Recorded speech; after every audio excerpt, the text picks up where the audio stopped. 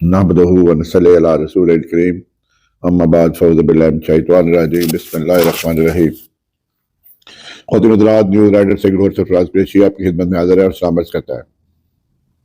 आज 23 दिसंबर है और आज के दिन आपको याद है कि 190 मिलियन पाउंड का फैसला केस का फैसला सुनाना था जस्टिस नासिर जवेद राना साहब ने। आज जो इत्तेसाब कोर्ट के जज है।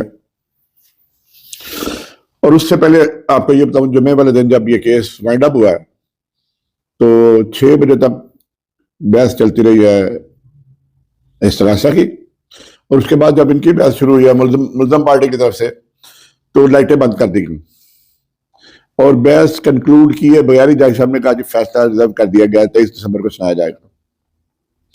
और उसके बाद हफ्ते वाले दिन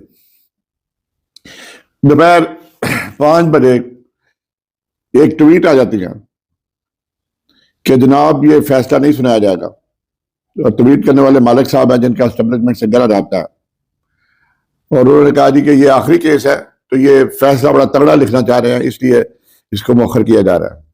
और दूसरी तरफ ये भी बात थी कि इनकी आपस में बातचीत भी चल रही थी, और आज उस सिलसिले में आज पहला इजलास भी शुरू हो गया स्पीकर की क़यादत में। स्पीकर चैम्बर में हुकूमत और अपोजिशन के दरमियान शुरू हो गया, मुज़ाकरात भी शुरू हो गया।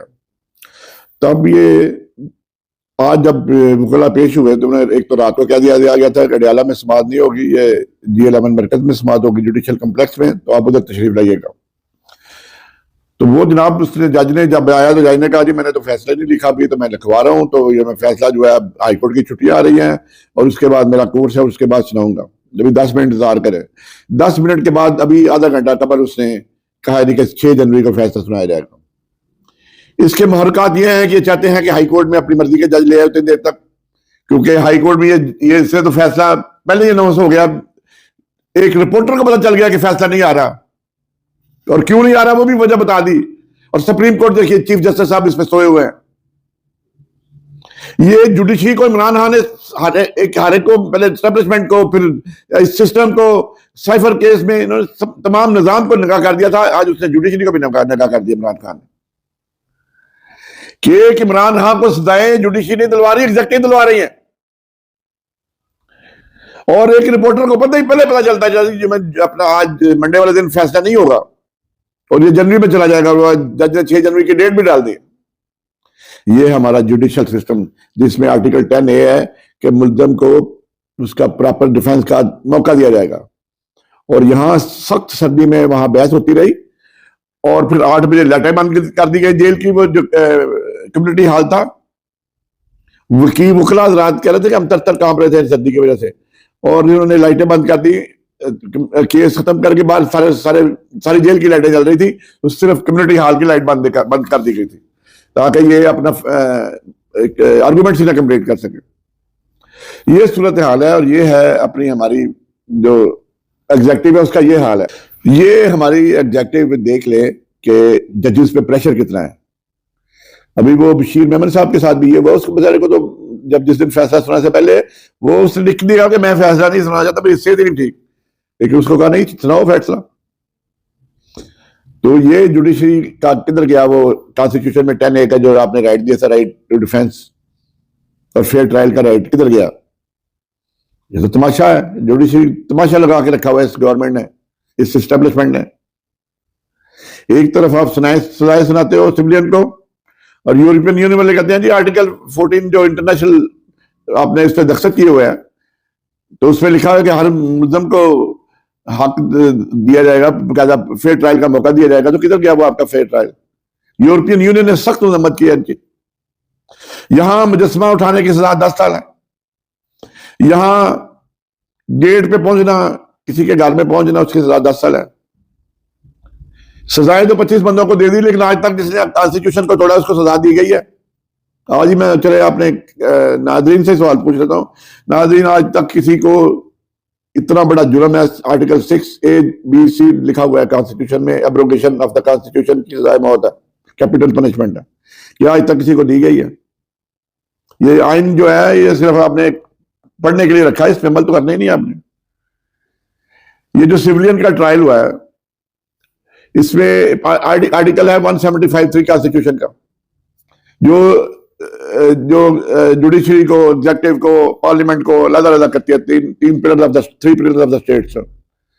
तो क्या जो उन्होंने फौजी अदालतों की सजा दिलाई है, क्या वो फौजी अदालतें जो है मिनिस्ट्री ऑफ डिफेंस के जो अंडर आते हैं, मेजर कर्नल सारे, क्या वो सेपरेशन ऑफ पावर के खिलाफ नहीं है? क्या वो एग्जेक्टिव के इख्तियारात में मुदाखलत नहीं है? इस दे कि उन्होंने एग्जेक्टिव के इख्तियारात में मुदाखलत की है। लेकिन हमारी अदालतें तो खामोश तमाशे ही बनी हुई हैं, वो तो इस बात करने पे भी डरती हैं। और ये जो सजा दी गई है, इससे कितनी मुल्क की बदनामी हुई, क्या किसी ने सोचा? यही एंटी टेररिस्ट कोड में इनको पेश करते, सजा दे देते, लाला खैर सला, कोई बात ही नहीं करता। आप खुद मौका फराहम कर रहे हो सिविलियंस के मिलिट्री कोर्ट्स में ट्रायल को। दुनिया में हमारी जो है वो इज्जत अफजाई हो रही है इस वाक़े की वजह से। दूसरी तरफ जो मुज़ाकरात शुरू हुए हैं, ज़ाहिर है एस्टेब्लिशमेंट की मर्जी के बगैर ये मुज़ाकरात नहीं हो सकते थे, क्योंकि हुकूमत के पास तो कोई इख्तियार ही नहीं है, किसी किस्म का कोई इख्तियार नहीं इसके पास कि वो इंडिपेंडेंटली फैसला कर सके। अब ये जो मुज़ाकरात शुरू हो गया, अल्लाह ताला करे इसमें मुल्क की कोई बेहतरी हो, ये जो अनारकी, सियासी अनारकी मुल्क में फैली हुई है, ये किसी तरीके से खत्म हो, ताकि जो कारहा जिंदगी है, आम आदमी जो पिस रहा है, उस इकानमी बेहतर हो उसे। जब तक आपके माशी हालात ठीक नहीं होंगे, ये मुल्क तरक्की नहीं कर सकता। जब तक आपके सियासी हालात ठीक नहीं होंगे, ये मुल्क तरक्की नहीं कर सकता। तो ये जो ऊपर बैठे हुए, इनको चाहिए कि अब आज बैठे हैं तो कोई ऐसा फार्मूला हो जो इस मुल्क की बेहतरी के लिए हो। और ये जो रोज खिंच जिस मुल्क में चल रही है, सुबह होती है इमरान खान के ट्रायल शुरू हो जाते हैं बेबुनियाद के। अब ये बताएं, इसमें जज ने अगर सजा दी तो ये इसमें जो इंटरनेशनल मीडिया देख रहा है, उसके आपके पल्ले क्या छोड़ेगा? आपका जो कल कादर यूनिवर्सिटी का CFO कह गया जी एक पैसे की इमरान खान को बेनिफिट नहीं पहुंचा, फिर ये कैबिनेट का मुश्तरका फैसला था, और पैसे इमरान खान के पास नहीं गए, पैसे सीधे सुप्रीम कोर्ट से गए, जहां 12 अरब रुपया उसमें सिर्फ इंटरेस्ट ही लग गया, उसमें जो गवर्नमेंट को वापस किए गए 12 अरब से ज्यादा रुपए अपना इंटरेस्ट लगा है। तो नुकसान किसको हुआ जी? ये तो मलक रियाज को आपने यहां से भगवा दिया है ताकि वो जो है वो अपना कोई खर्च कर ना सके। ये जो आपकी जो स्टेट इंडस्ट्री है बैठ गई है, हर चीज मकान बनाना नामुमकिन हो चुका है। कोई आदमी, कोई सरकारी मुलाजम, कोई अफसर बगैर करप्शन के मकान ही नहीं बना सकता। तो अब ये सारा पाकिस्तान जो है ये मुज़ाकरात की तरफ देख रहा है, क्योंकि ये मुज़ाकरात एस्टेब्लिशमेंट की मर्जी के बगैर तो हो नहीं सकते थे। हुकूमत के पास तो है नहीं, मैंडेट ही नहीं है, ये तो फॉर्म 47 की गवर्नमेंट बैठी हुई है।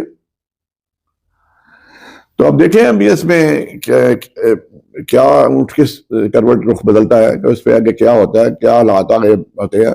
लेकिन जो ये जो एक तो 90 मिलियन पाउंड वाला केस है, ये टुस हो गया। इसमें तो चीफ जस्टिस पाकिस्तान को एक्शन लेना चाहिए था कि एक रिपोर्टर, एक टीवी का एंकर पर्सन बता रहा है कि फैसला नहीं सुनाया जाएगा, फिर वही बात सच्ची होती है। सही से बड़ी अब बदनामी क्या हो सकती है कोर्ट्स की, कि इसका मतलब यह है कि कोर्ट्स किसी के कंट्रोल में नहीं है। इवन के ये जो अपने हमारे चीफ जस्टिस साहब बैठे हुए उनके कंट्रोल में नहीं है।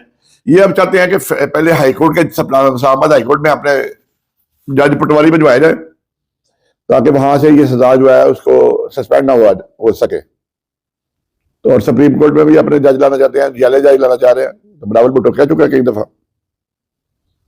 तो ख्वातीन हज़रात, ये बताना जरूरी है कि किस तरह ये जुडिशरी का मजाक उड़ाया गया है कि एक एंकर पर्सन को पहले पता चल गया था कि फैसला नहीं होना, उसने फैसला ना होने की वजूहत बयान कर दी थी। और अब दूसरी बात ये मुज़ाकरात, अब हर कोई देख रहा है मुज़ाकरात की तरफ। अल्लाह ताला करे ये कामयाब हो जाए मुज़ाकरात। आज उन्होंने मुज़ाकरात से पहले एक मिनिस्टर गौर की मुलाकात भी करवाई है डेला जेल में इमरान खान के साथ। अब वहाँ ज़ाहिर इमरान खान से लिया होगा, उन्होंने मैंडेट दिया होगा कि क्या क्या बातें मानी जा सकती हैं, क्योंकि मुज़ाकरात में तो गिव एंड टेक होता है। क्या क्या चीज़ों से इमरान खान पीछे हट सकता है, क्या जो कैदी है, जो कारकुन है, इमरान खान समेत सबको रिहा करते हैं कि नहीं करते। ये $1 मिलियन क्वेश्चन है, इसका जवाब तो मुज़ाकरात का जब कंक्लूड हो गए तभी पता चलेगा। तो ख़ातिन साथ इसके साथ इजाज़त दें, इंशाअल्लाह ताला किसी नए मौजूद के साथ फिर बात होगी। दुआ में याद रखें। अस्सलाम वालेकुम व रहमतुल्लाहि व बरकातुहू।